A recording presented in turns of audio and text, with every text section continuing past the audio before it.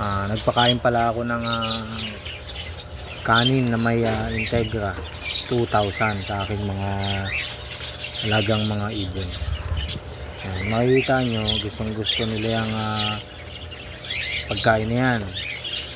Alternate yan sa sa feeds, kasi nga kung more feeds nga yung ating pinapakain sa ating mga ibon, syempre medyo makakasama din yan sa kanila. Kailangan din na meron din tayong alternate na maibibigay na pagkain na alam natin healthy sa kanila. Yung kanin pala yan ay carbohydrates yan, at maganda yan sa kanilang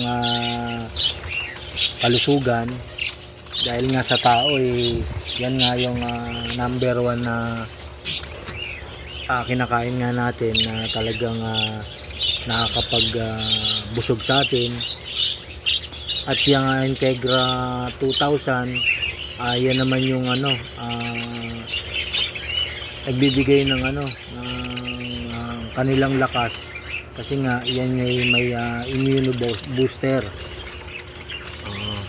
Yan, maganda yan, lalo na sa mga ating mga breeder na merong pinapakain na na mga inakay. Yan, nagpapabilis din na lumaki sa kanila. Yan naman ay binibigay ko isang beses lang naman sa isang linggo, at sinasama ko rin yun sa aking daily routine, na may araw na dapat na ipakain sa kanila. Yan, mapapansin nyo, gustong gusto nga nila. Bali dalawang dalawang pakainan na nilagyan ko ng kanin na may Integra. Yan, buong maghapon na nila yan nakakainin. At subok na rin naman yan ng mga ibang mga nag-aalaga ng ibon, lalo na yung mga veterano. Yun nga mga kaibon yan, kaya ako nga ibinigay yan. Siyempre gusto ko rin naman na maiba naman yung kanilang healthy diet na ibinibigay natin sa ating mga ibon. Yun ay sinasama ko na rin sa aking mga pang-araw-araw na ibinibigay na pagkain sa kanila.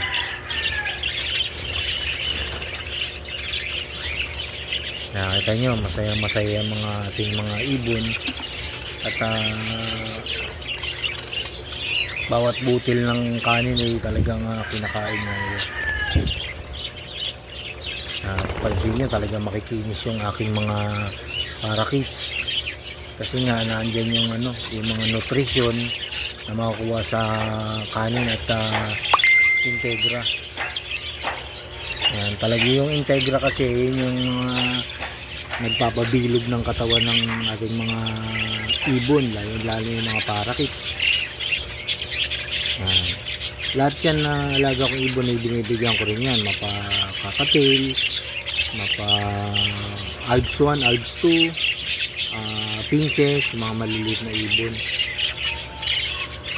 Try nyo rin sa inyong ibonan, at makikita nyo naman yung mga resulta. Kaya mapansin nyo, talagang wala na silang pinipili dyan, talagang kain sila. Gustong gusto nga na kanila yung mga pinakain na kanin. Okay nga mga kaibon, talagang isa-isa nila yan. Yun nga, maulan nga itong araw na to, at yun nga yung atan nyo rin yung mga lalo na sa mga labas na kulungan, iwasan natin mabasa yung kanilang mga kulungan, kasi naandyan yung pwede silang magtae, kasi pagbasa yung kanilang mga kulungan. Yun nga pala mga kaibon, may nagtanong sa akin isang subscriber na tatanong kung kailan nga ba dapat na ihiwalay yung inakay ng kanilang breeder. Ayun nga, sa aking experience mga kaibon, hinihiwalay ko yan pagka alam nyo yung inakay nila marunong ng magsariling kumain. Hindi ko inihiwalay yan kung talagang sinusubuan pa nilang ng kanilang mga magulang yung kanilang inakay. Yan, makapansin nyo naman yan, makikita nyo naman na pag marunong ng tumuka yung kanilang inakay, pwede nyo na lang ihiwalay yan, kasi lalong lalo na pagka yung kanilang magulang mayroon ng itlog sa nest box, dapat nyo na talagang ihiwalay yan, kasi nga may tendency na yung nanay ay bugbugin nila yung anak nila, kasi nga ayaw nila yung may istorbo yung itlog na nililimliman. Pwede nyo rin naman makikita nyo pagka may itlog na or marunong nang tumuka yung mga inakay, ay pwede na yun, pwede nang ihiwalay nyo at ilagay nyo na sa ibang cage. Ihiwalay nyo na dun sa mga magulang nila. At sayang naman kung bubugbugin lang at siyempre baka mamatay, sayang naman yung mga inakay na inyong mga ibon. Yun nga, marami nga akong ganyan na mga breeder na talagang tinutukan nila yung yung ulo, at mapapansin nyo pagka may mga poknat na yung mga anak, yun na yung umpisa na yun, at tinutukan na nila at pinipilit na nilang pababain yung yung kanilang mga inakay. Mapapansin nyo naman kung yung mga pakpak nila ay medyo buo na at wala nang yung mga maliliit na balahibo, kung kumpleto na yung balahibo, ayun na, pwede nyo na rin na mga ihiwalay yun.